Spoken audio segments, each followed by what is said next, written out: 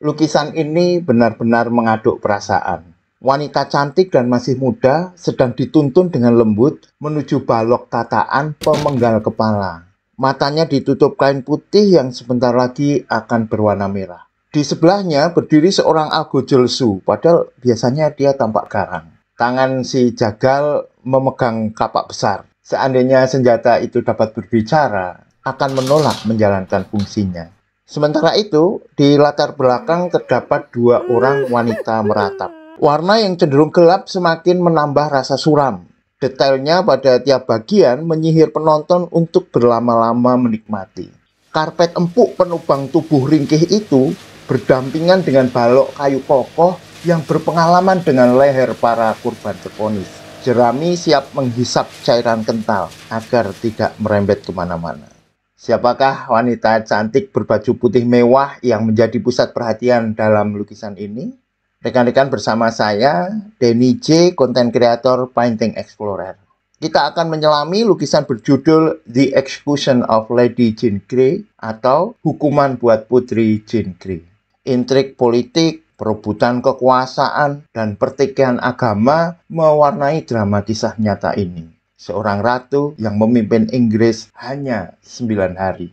Karya Paul de Caroche ini bersama cerita seni menarik lainnya saya kumpulkan dalam playlist Misteri Karya Seni di kanal YouTube Painting Explorer. Nanti rekan-rekan dapat mengeceknya.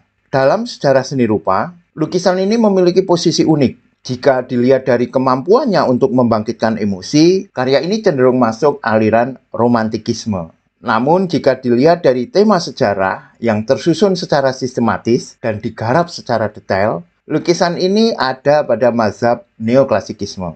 Padahal romantikisme dan neoklasikisme sering dipertentangkan. De Caroche menyelesaikan lukisan The Execution of Lady Jane Grey ini tahun 1833. Akan tetapi, lukisan cat minyak seukuran hampir 2,5 kali 3 meter ini berkisah tentang tragedi yang terjadi 279 tahun sebelumnya, tepatnya pada 12 Februari 1554, saat eksekusi penggal kepala Lady Jane Grey. Grey lahir tahun 1537 dari ibu dan ayah yang ambisius. Jane merupakan cicit Raja Inggris, Henry ke-8. Wanita kulit putih ini termasuk cerdas, mampu berbahasa Yunani, Latin, dan Ibrani. Bahkan tanpa kursus bahasa Inggris, ia mahir berbahasa Inggris. Lawang dia memang orang Inggris. Di hadapan ayah dan ibu, katanya, aku harus melakukan segala hal dengan sempurna, mengikuti aturan ketat bagi ciptaan Tuhan. Di usia ke-17 tahun, Jane menikah. Nah, mertuanya lebih ambisius lagi jika dibanding ayahnya. Mertua Jane adalah seorang politisi ulung dan menjabat sebagai kepala menteri. Saat Raja Henry ke-8 wafat, tahta kerajaan diwariskan pada putra satu-satunya, Edward ke-6. Meskipun ia masih berusia 9 tahun. Nah, ini adalah kesempatan mertua Jane untuk menanamkan pengaruhnya. Apalagi si bocah raja itu sakit-sakitan, terserang campak dan tuberkulosis. Lebih-lebih, kondisi negara juga kacau. Masalah ekonomi dan keresahan sosial memicu kerusuhan dan pemberontakan. Ketika penyakit raja semakin parah, mertua dan ayah Jane membujuk sang raja untuk menyiapkan surat perintah suksesi. Yang mulia Raja Edward ke-6, kata mertua Jane kepada Raja Bau Kencur itu, jangan sampai tahta raja kembali ke penganut Katolik. Kala itu di Eropa, perseteruan antara Katolik dengan agama baru, Protestan, memang sedang panas-panasnya.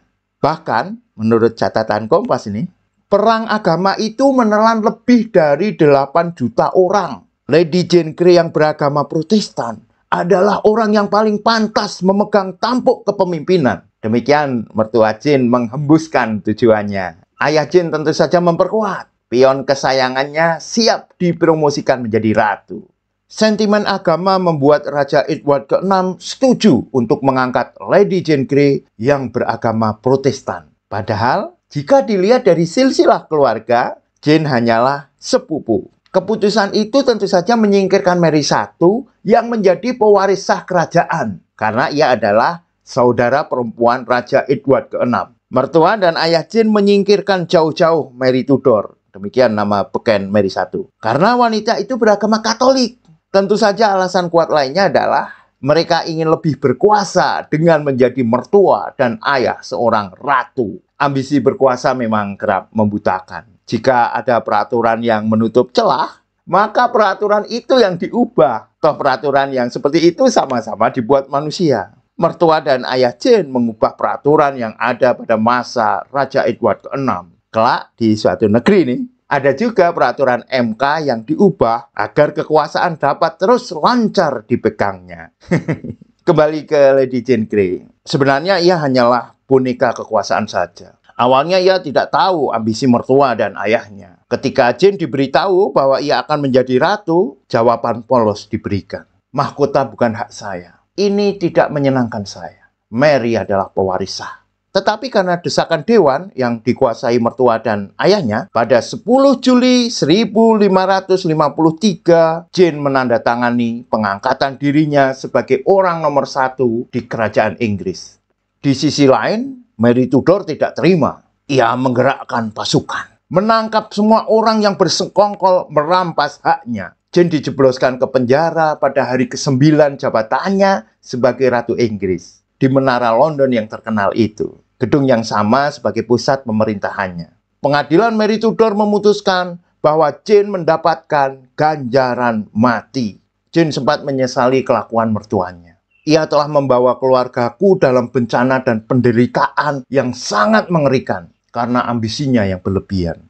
Sebenarnya bisa saja Jane terhindar dari hukuman itu, yaitu jika ia mau pindah agama Katolik. Tetapi iman Protestannya tetap kukuh. Ia memilih hukuman mati ketimbang menukar kepercayaan. The 9 Days Queen atau Ratu 9 Hari ini diberi opsi bentuk hukuman. Apakah dibakar atau dipancung? Jane klik pilihan penggal kepala. Sebelum eksekusi, ia mendapatkan siksaan batin. Dari jeruji jendela penjara, Jane menyaksikan mayat suaminya tercinta diseret tanpa kepala. Mertuanya juga tidak luput dari tebasan kapak algojo. Namun, ayahnya selamat karena bersedia sumpah setia pada rezim baru. Sungguh menjijikkan. Bapak itu meninggalkan anak gadisnya di penjara bersama algojo. Paul de Caroche, sang pelukis, dengan piawai memilih adegan eksekusi Lady Jane Grey. Ia tidak menggambarkannya saat dipenggal atau setelah dipenggal dengan kepala menggelinding. Agar penonton memiliki kesempatan menyelesaikan drama di dalam benaknya, ia memilih momen beberapa detik sebelum eksekusi. Sesaat setelah Jane berkata, "Apa yang harus kulakukan? Di mana balok itu?" De Caroche memilih adegan saat penjaga menara London yang bertangan kasar berusaha selembut mungkin menuntun tangan lemah Jane Grey. Dua orang dayang-dayangnya tidak kuasa menyaksikan apa yang terjadi. Sementara itu, sang algojo menatap dengan iba. Namun, ia mesti menjalankan tugasnya jika ingin tetap digaji. Beberapa sejarawan mengkritik lukisan De Caroche ini. Misalnya dengan mengatakan bahwa eksekusi itu mestinya dilakukan di ruang terbuka, bukan panggung teater seperti yang dibuat De Caroche. Namun bagaimanapun, lukisan ini benar-benar mempesona publik seni rupa Eropa. Akan tetapi ditinggalkan saat sejarah seni rupa memasuki era modern yang penuh dengan bentuk deformatif, goresan ekspresif, maupun seni abstrak merajalela. Di Painting Explorer, mari kita eksplorasi.